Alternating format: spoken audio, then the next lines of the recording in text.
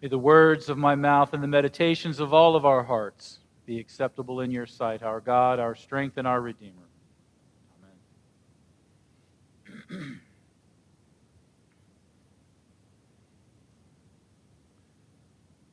Follow me, and I will make you fish for people.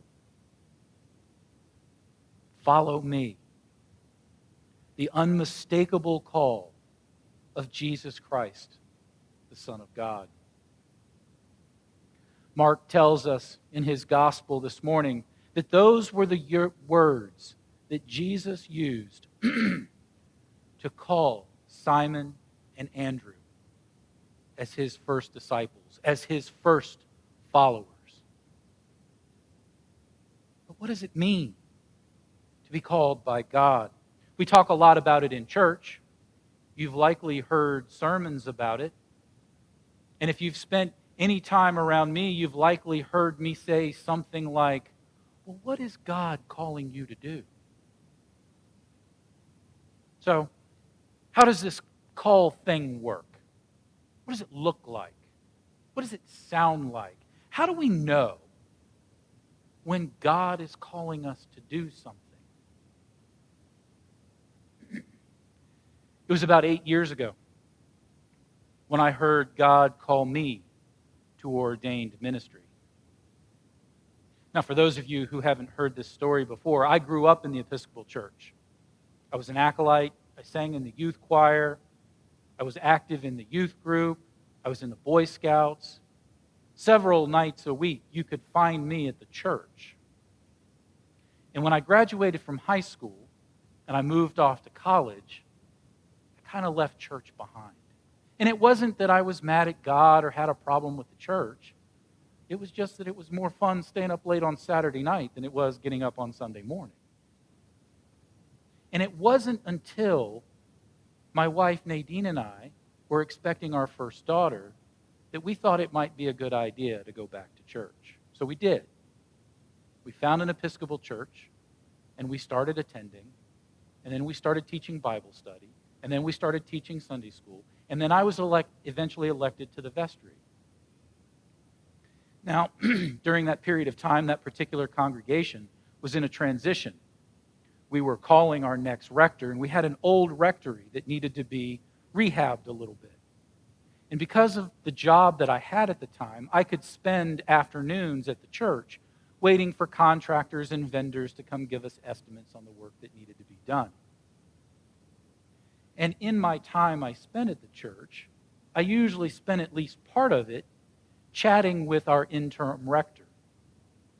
And one day, in the midst of a conversation, she looked at me and said, "Have you ever thought of being a priest?" Now, I did what I think most sane people would probably do. I laughed a little bit and I said, "No, I don't think so." But that one comment from somebody that I trusted served to plant that call on my heart. I started to realize that I had reached a point in my life where I could turn down the volume of the world, that I didn't have to listen to those voices that were telling me, you need to make more money, you need to drive a nice car, you need to climb the corporate ladder. I could turn down the volume on all of that static. I could stop listening to what the world was telling me that I needed to do. And it was then that I realized I could start to hear what God was calling me to do. Now, I don't mean to suggest that anyone here might be called to go to seminary and become a priest. But all of us are called to do something.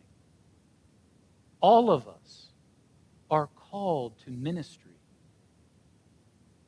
We are all called to represent Christ and His church, to bear witness to Him, wherever we may be. All of us are called according to our gifts given to us by God to carry on Christ's work of reconciliation in the world.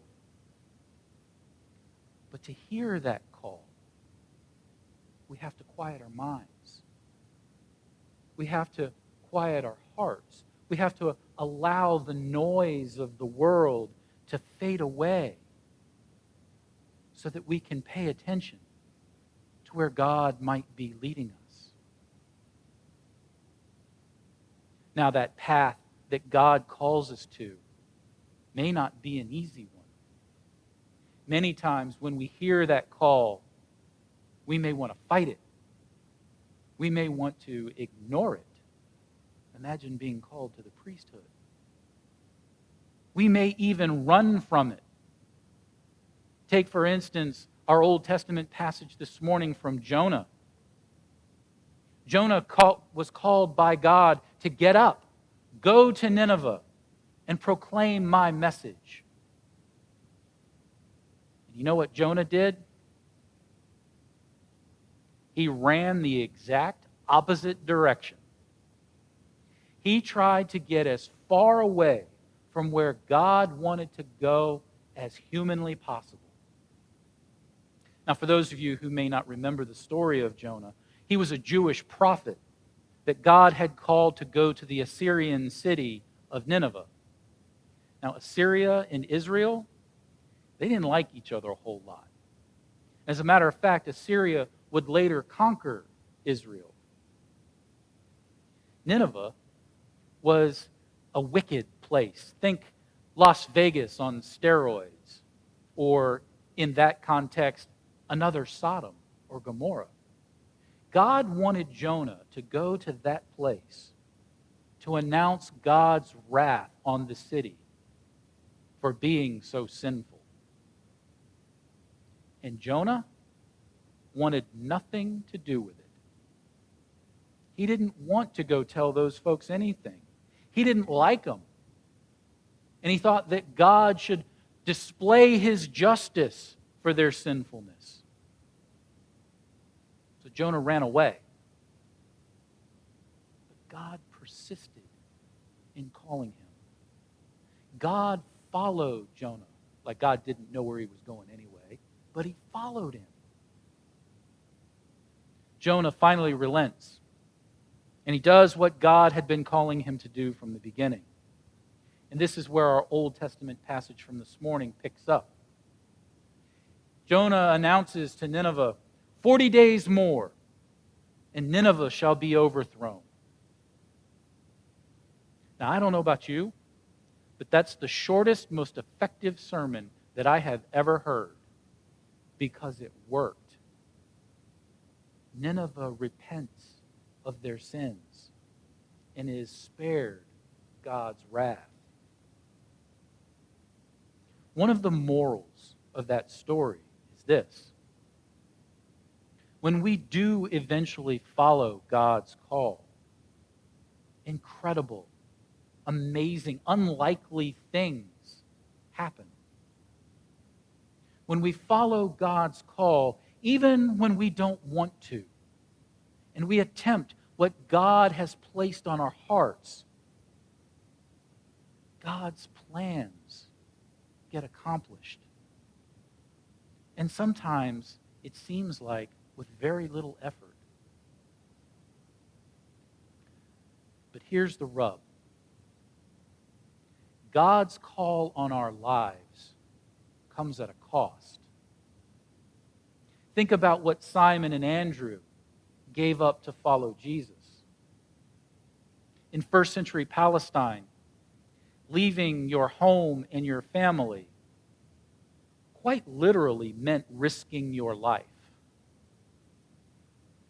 So, does that mean that God calls each of us to risk our lives? The short answer? You betcha. Dietrich Bonhoeffer, the 20th century pastor and theologian, in his book, The Cost of Discipleship, writes, when Christ calls a man, he bids him come and die. Bonhoeffer's clear, though, that this death may not be a mortal death, but it will certainly be a spiritual death that requires the death of self in Jesus Christ. God calls us to die to our old way of life. God calls us to abandon our attachments to the ways of the world. God calls us to abandon the idols that we have set up to worship, the idols of status, the idols of luxury, the idols of looking out for number one. We are called to allow that life to die and to be born into a new life of following Jesus Christ. We are called to a life of loving God and loving our neighbor. Now, this call that God places on our hearts, this call that God places on our lives, isn't just a call for me or for you or for you. It's a call for this entire community of faith. We are all called to love God and love our neighbor. Sisters and brothers, every person here this morning, every community of faith will face challenges in the year to come. Some of them may be physical. Some of them may be financial. Some of them may even be spiritual. But God calls us to respond to those difficult challenges in love. Some of us may want to respond to that difficult call like Jonah did and run away from those things that are hard, those uneasy things that God may have placed on our hearts. We may even get angry at God like Jonah did. He didn't want God to spare Nineveh. He didn't even want to go there in the first place. But God kept calling him.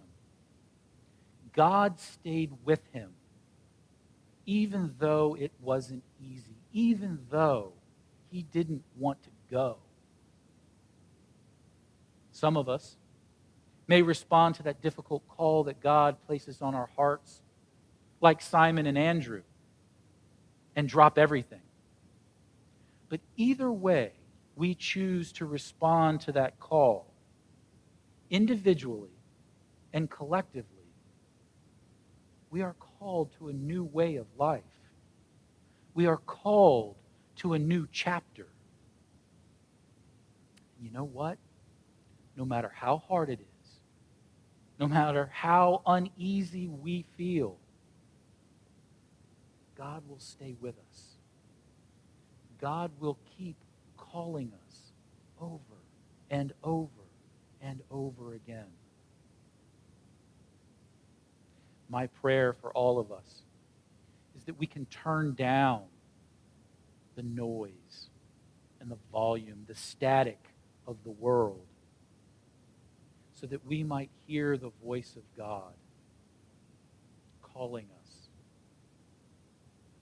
us to that new life of loving Him and of loving our neighbor.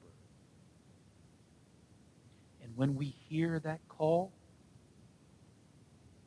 how will you respond?